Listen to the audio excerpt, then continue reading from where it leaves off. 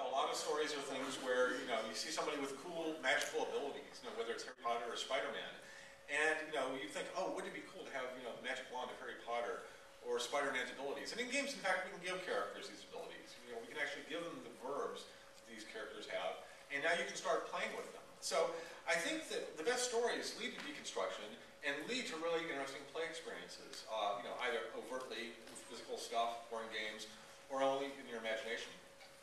Some of the very best play activities, in my mind, are inherently generative. It's amazing that the stories that people tell us about games, the ones that they share with each other, aren't the cutscenes.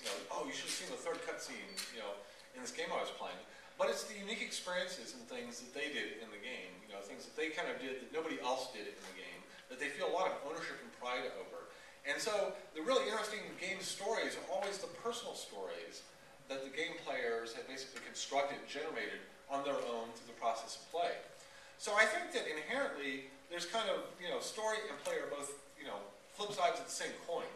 And they're both forms of model building that we use, kind of playing off of each other quite a bit. Now, diving a little bit more into the idea of play, not just humans play, but a lot of other higher mammals, and there's obviously some survival advantage to play through learning. It's a natural interaction. Babies, right off the bat are sitting there trying to figure out, what is this thing, connected to me that's flapping in my face? Oh, it's my hand. And they start slowly learning to interact with the world and look at those interactions and study those to learn and get better at managing those interactions. Story is really something that we learn later in life. We learn about the idea of storytelling. This isn't for real. This isn't your imagination. Let's pretend this happened. Games, at their most basic, are exploring this possibility space. Any game is basically a huge set of possibilities that might unfold as you play the game, depending on kind of where you go in that game. Games have this amazing ability for you to restart, to go back to any point, in this and take a different branch.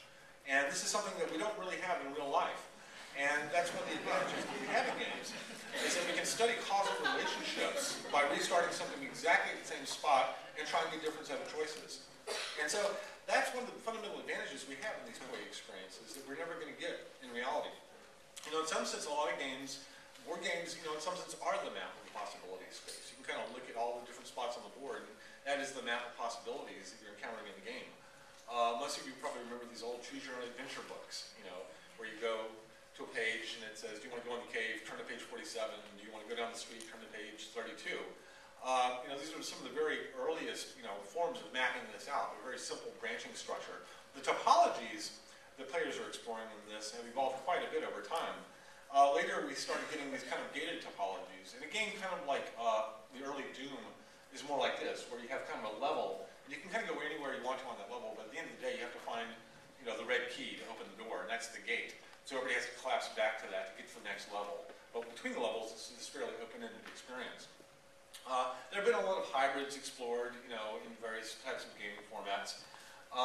More and more, though, gaming is evolving into more of an open simulation. The more open-ended games are the ones that are really becoming more and more predominant across the format.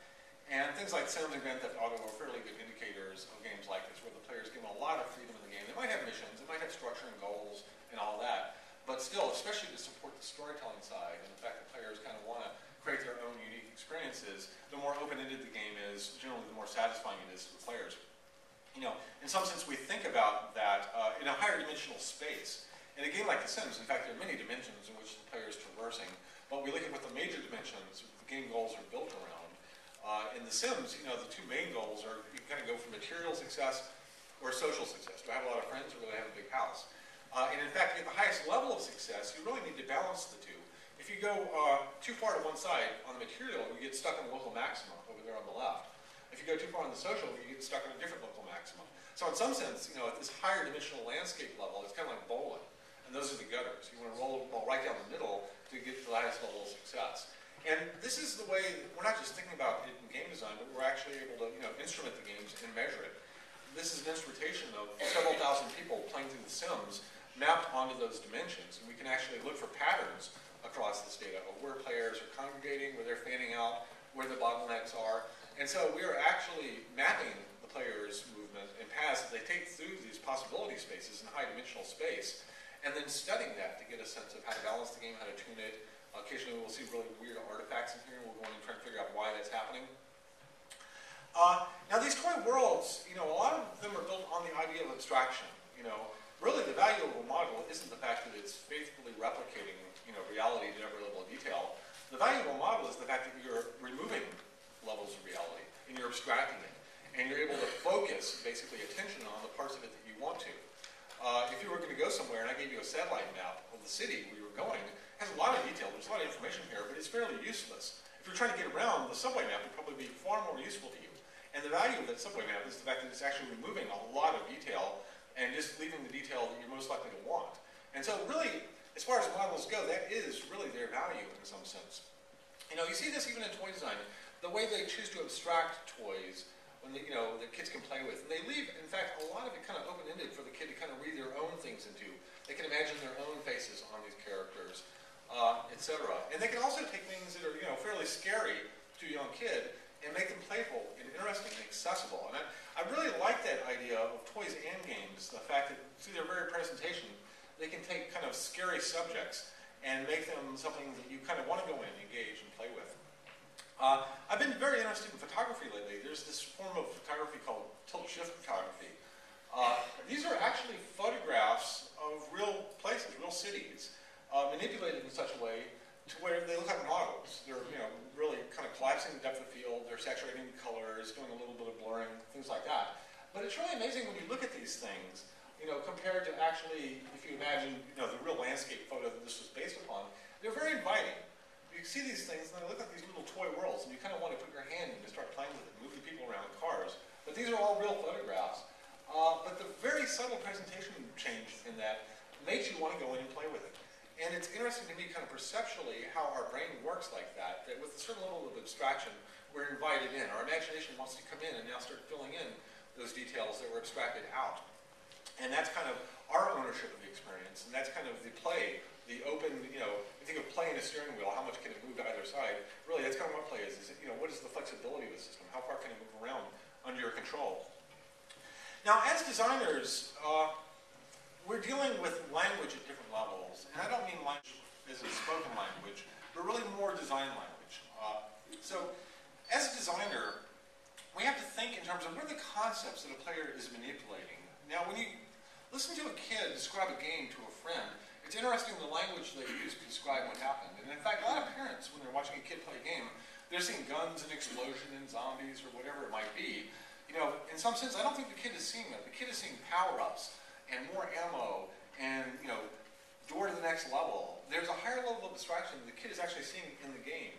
And in some sense, these games that might look violent on the surface are really maybe a little bit more abstract, more chess, kind of playful, abstract-like to the actual player as they get their mind in that.